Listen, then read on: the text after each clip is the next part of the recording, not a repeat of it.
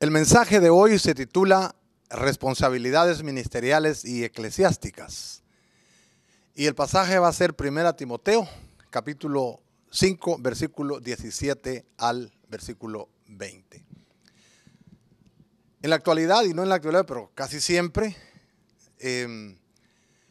se ha tenido la experiencia que los siervos de Dios, siervas de Dios, personas que están en el ministerio, son atacados por el mundo. Y eso pues no sería una cosa de extrañar, porque el mundo no se lleva con el ministerio del Señor. Pero lamentablemente también hay muchas personas dentro de las mismas congregaciones que se dan también a atacar al siervo de Dios, a los siervos del Señor. Y eso provoca que se le pierda el respeto hacia la obra del Señor y que haya un rechazo, una desobediencia, un abuso y persecución de las personas que servimos a Dios. Como consecuencia viene la desatención de las necesidades del siervo del Señor. Por ejemplo, se deja de apoyar moralmente a la persona que nos dirige. Se le desilusiona, ¿verdad? Muchas veces con los malos comportamientos, cuando revolotean chismes, rumores en contra de la persona que le sirve al Señor. Se le desilusiona con el desprecio a su familia, cuando los miembros no atienden a los planes de trabajo que el servidor de Dios pone para buscar la formación espiritual de su gente. Pero hay programas de oración, hay programas de familia, lo que fuera, pero entonces muchas personas empiezan a quitarle el apoyo moral al siervo, a veces porque hay rumores o porque hay comentarios negativos en cuanto a su persona. También se le deja de apoyar espiritualmente, se le abandona en la oración y también se abandonan los programas de oración que se establecen en la iglesia. Y falta de apoyo financiero también. Se le va tomando como un simple trabajador en la iglesia. Y aquí Pablo está instruyendo a Timoteo a que hay responsabilidades de parte del ministro y hay responsabilidades de parte de la iglesia. Y hay responsabilidades que debemos de tener en común. Número 1, podemos ver aquí las responsabilidades del ministro. Versículo 17 dice, los ancianos, para referirse a los siervos de tiempo completo, los ancianos que gobiernan bien, sean tenidos por dignos de doble honor, mayormente los que trabajan en predicar y enseñar. Aquí habla de que una de las responsabilidades del ministro es gobernar la iglesia. Gobernar aquí quiere decir, da la idea de presidir, de estar delante de la obra, de supervisarla, de administrarla, de atenderla, de orar, de predicar la palabra, de capacitarlos. En todo eso el pastor tiene una canasta muy grande de cosas que tiene que hacer. Tiene que administrar los sacramentos, tiene que cuidar la grey de Dios, tiene que consolar a los afligidos, tiene que corregirlos a veces, reprenderlos, animarlos con paciencia. Tiene que procurar por todos los medios la conversión de los pecadores, la santificación de los convertidos, la edificación del pueblo de Dios en la fe, solemnizar matrimonios. Tiene que continuar con sus estudios ministeriales para estar al día con las necesidades actuales de la obra de Dios. Tiene que nutrir a la gente para buscar que vaya también hacia un ministerio. Tiene que guiarlos en su preparación ministerial adecuada, involucrarlos en programas de aprendizaje de toda la vida, recibir a quienes quieren afiliarse como miembros, etcétera, etcétera. Es una cantidad de cosas. Tiene que administrar. La administración es una canastota bien pesada para el siervo de Dios. Luego dice aquí los que predican. Así que otra de las responsabilidades del siervo de Dios es predicar. Predicar aquí quiere decir dar un discurso, una plática, predicar el evangelio. Pero para eso él tiene que conocer los diversos tipos de predicación. Que hace una predicación temática, que hace una predicación expositiva, que hace una predicación narrativa, etcétera, etcétera. Y también tiene que conocer los diversos tipos de auditorio, los diversos tipos de escenario, los diversos tipos de cultura. Tiene que saber a quién le predica, si es a adultos, si es a jóvenes, si es a mujeres, si es a hombres, si es a parejas, si es un mensaje de graduación o es un funeral o son bodas de consolación, exhortación, etcétera, etcétera. Entonces la predicación es algo muy complejo, especialmente aquí que vivimos en una cultura compleja. No es lo mismo predicarle a las personas de la primera generación que venimos de nuestros países que predicarle a los de la segunda y a la tercera generación con estos asuntos del idioma y de las culturas que aquí se manejan. Segundo, tiene que enseñar. Al pastor tiene que enseñar. Enseñar viene de instruir, viene de doctrinar. Y igual, se tiene que conocer cómo enseñar a los niños, a los adolescentes, a los jóvenes, a los adultos, a las mujeres, a los hombres, a las parejas, a los divorciados, a los viudos, a las viudas, a los discapacitados, a hacer servicios de capellanía, etcétera, etcétera. Entonces, conocer la ley de la enseñanza es un asunto bastante complejo. También tiene que ser un obrero de doble honor, porque si a él se le tiene que dar doble honor, él también tiene que hacer un trabajo de doble honor, tiene que trabajar bastante y tiene que ser digno. Dice que el obrero es digno de su salario. Entonces quiere decir que él tiene que ser digno, tiene que ganarse su lugar, tiene que ser una persona de gran santidad. Y también le toca, dice aquí, que reprender a quienes persisten en pecar. Eso no es fácil, eso es muy difícil, reprender a las personas. En las responsabilidades de la iglesia, tenemos aquí que dice que la iglesia debe de tener a los siervos de Dios por dignos de doble honor. Y mayormente dice a los que trabajan en predicar y en enseñar.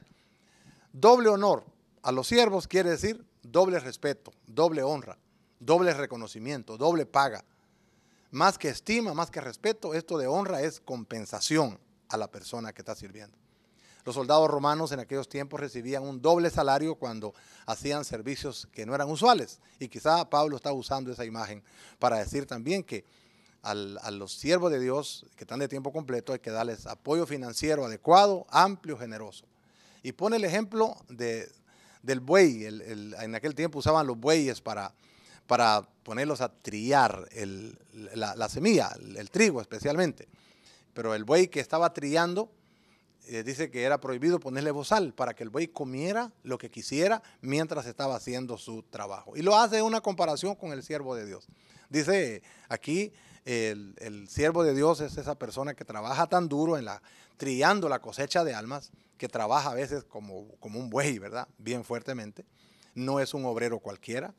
Es una persona aquí, el que es digno de su salario, que se faja fuertemente en la iglesia, y que va a decir aquí que Dios desaprueba la compensación inadecuada. Y si Dios ordenó que se cuidara de los bueyes que trabajaban duro, pues hombre, ¿cómo no va a estar él descontento si se descuida a las personas que trabajan de tiempo completo? Y luego dice que la iglesia tiene la responsabilidad de no admitir acusaciones revanchistas. Dice que puede ser que hay personas que ya no les guste lo que predica el pastor o la doctrina o porque les llamó la atención, entonces ya empiezan a hacer comentarios y chismes en cuanto a él. Y dice, pero tú no tienes que aceptar, la iglesia no tiene que aceptar ese tipo de comentarios, sino por el testimonio de 2 o 3 testigos que sean espirituales y que estén presentes, que lo hagan por escrito, pero no se permite que anden haciendo comentarios con los incrédulos, ni mucho menos con la gente o con gente que es sin compromiso en la iglesia. Dice que la iglesia está llamada a no permitir ese tipo de abusos, ese tipo de comportamientos en las personas. Tiene que haber un proceso disciplinario para ellos. Y luego dice aquí que tiene que, tanto el pastor como el ministro, como la iglesia misma, tiene que infundir temor en los demás. Hay personas que al llamárseles al orden, entonces van a decir, bueno, si lo están haciendo con los ministros, pues entonces, ¿yo qué? ¿Qué será de mí? La verdad es que no tenemos que ser personas antirreglas. No podemos vivir como se nos dé la gana. Tenemos que saber que la gracia no es para que vivamos en libertinaje. Tiene que haber disciplina, tiene que haber una vida bien comportada. No podemos decir que somos cristianos si vivimos como se nos da la gana, hacer lo que queremos, no. Y dice aquí, tenemos que aprender. Ahora, tercer punto es que la responsabilidad de ambos, tanto de ministro como de ministrados, tanto de pastor como de los que están siendo pastoreados, tanto de líder como los que están siendo liderados, tenemos que vivir en el temor de Dios. Dice aquí que el pastor como el de la congregación tienen que aprender el temor de Dios. Temor de Dios. Temor al soberano rey. Él es el rey. Él es el que manda. Dice la palabra de Dios que no tendrás dioses ajenos delante de mí. A veces nuestros dioses no son de madera, no son de plata, de oro, pero a veces nuestros dioses son el empleo. A veces es el trabajo, a veces es el entretenimiento, a veces es la familia misma. Y hay tantas cosas que le damos más prioridad que a las cosas del Señor. Pero no podemos poner ningún ídolo frente al Señor. No podemos decirle, Señor, te voy a seguir, pero primero voy a hacer tal cosa. No, no hay empleo, no hay entretenimiento, no hay familia que deba ser más importante que el Señor. Luego dice que hay que tener temor a la pureza de adoración. Dice, no rendirás culto a ninguna imagen. Dice, no te harás imágenes para adorarla. Tercero, temor de reverenciar el nombre del Señor. Especialmente se refiere aquí a los juramentos. No tenemos que jurar, dice el Señor Jesucristo, ni por el cielo, ni por la tierra, ni por Jerusalén, ni por vuestro cabello, sino que vuestro hablar sea sí o no. No tenemos por qué andar jurando. Lo que nosotros hablamos tiene que ser así. Si decimos que es así, así tiene que ser. Si no es así, pues así no es. Pero nosotros tenemos que tener temor por el nombre del Señor. Número 4, temor de profanar el día del Señor. Dice, 6 días trabajarás y harás toda tu obra, y el 7º día será día de reposo para Jehová tu Dios. Los judíos guardaban el sábado judío en el calendario judío. Nosotros guardamos el primer día de la semana, recordando que Cristo Jesús resucitó ese día y porque así lo hacía la iglesia primitiva. Pero no voy a hablar de puntos apologéticos ahora, pero ese principio de estar en la casa del Señor el primer día de la semana, nosotros tenemos que observarlo. El día del Señor no es para irnos de pesca, no es para irnos de compras, no es para irnos de deportes. Es el día de estar en la casa del Señor con nuestra familia, y ese es parte del temor de Dios. Luego el temor por el honor a los padres. Honra a tu padre y a tu madre. Nosotros no podemos decir que somos cristianos cuando que tenemos a nuestros padres en el abandono. Tenemos que honrarlos, no deshonrarlos. Número 6, temor por la santidad de la vida. No matarás. Esto quiere decir no cometerás homicidio, no romperás en pedazos. Cristo dijo que en la ley del Señor Jesucristo, dice que ahora no hay necesidad de matar a alguien a balazos o qué sé yo, a golpes. Basta con aborrecerlo en el corazón y entonces ya somos homicidas. Entonces, tenemos que saber que hoy se le da poco valor a la existencia humana, pero delante de Dios tenemos que tener temor de Dios. Aquí entra el aborto, la eutanasia activa y todas esas cosas. También habla la Biblia del temor por la santidad del hogar. Conservar la pureza del matrimonio. No cometerás adulterio. Algunas versiones traducen no cometerás inmoralidad sexual. El asunto de darle rienda suelta al amor libre no es de cristianos. El asunto de darle rienda suelta a los impulsos carnales no es de cristianos que temen a Dios. Aquí está hablando de que tenemos que decirle no a la fornicación, no a las relaciones prematrimoniales, ni a las relaciones extramaritales, ni a las relaciones maritales que sean perversas. Hoy se violan esos principios porque no hay temor de Dios. No hay temor de Dios. Y por eso es que cualquiera anda ahora cometiendo relaciones sexuales que no son del agrado de Dios, más que dentro del matrimonio.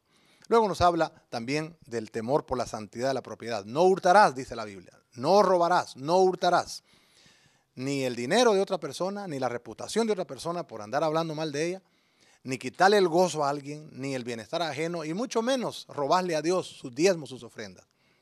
Hay muchas personas que están en la iglesia y aún tienen hasta ministerios en la iglesia, pero no diezman, no ofrendan, se han quedado con sus diezmos.